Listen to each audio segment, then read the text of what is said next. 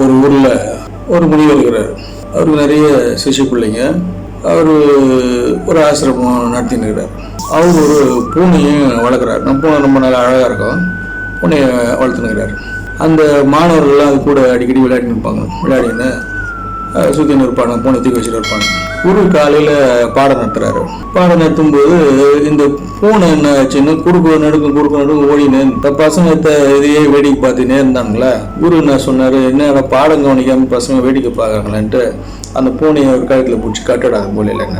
அவர் பிடிச்சி கட்டிட்டாங்க. கட்டிட்ட உடனே அவர் பாடம் நடத்தினார். பாடம் நடத்தாரு. பசங்க எல்லாம் உட்காந்து அமைதியாக பாடத்தை கேட்டாங்க. மறுநாள் வகுப்பு ஆரம்பிக்கும் போது மறுபடியும் அந்த பசங்களே என்ன பண்ணா அந்த பூனையை கயிற்றில் கட்டி மூலையில் கட்டிட்டாங்க. பாடம் நடத்தினார். இப்படி பாடம் நடத்த போகும்போதெல்லாம் அவனுக்கு அந்த பூனையை பிடிச்சி ஒரு அந்த மூலையில் கட்டி வச்சுட்டு பிறகு பாடம் நடத்தினார். இப்படியே அது பழக்கமாகி போச்சு. இது மாணவர்களுக்கு நிறைய மாணவர்கள் மாறினாங்க. எவ்வளோ குருக்கள் மாறினாங்க.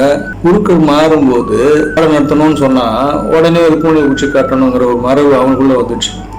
குரு பாடத்தை உட்காந்த உடனே எங்கன்னா போய் பூனையை பிடிச்சின்னு கயிற்றுல கட்டி வச்சிருவாங்க.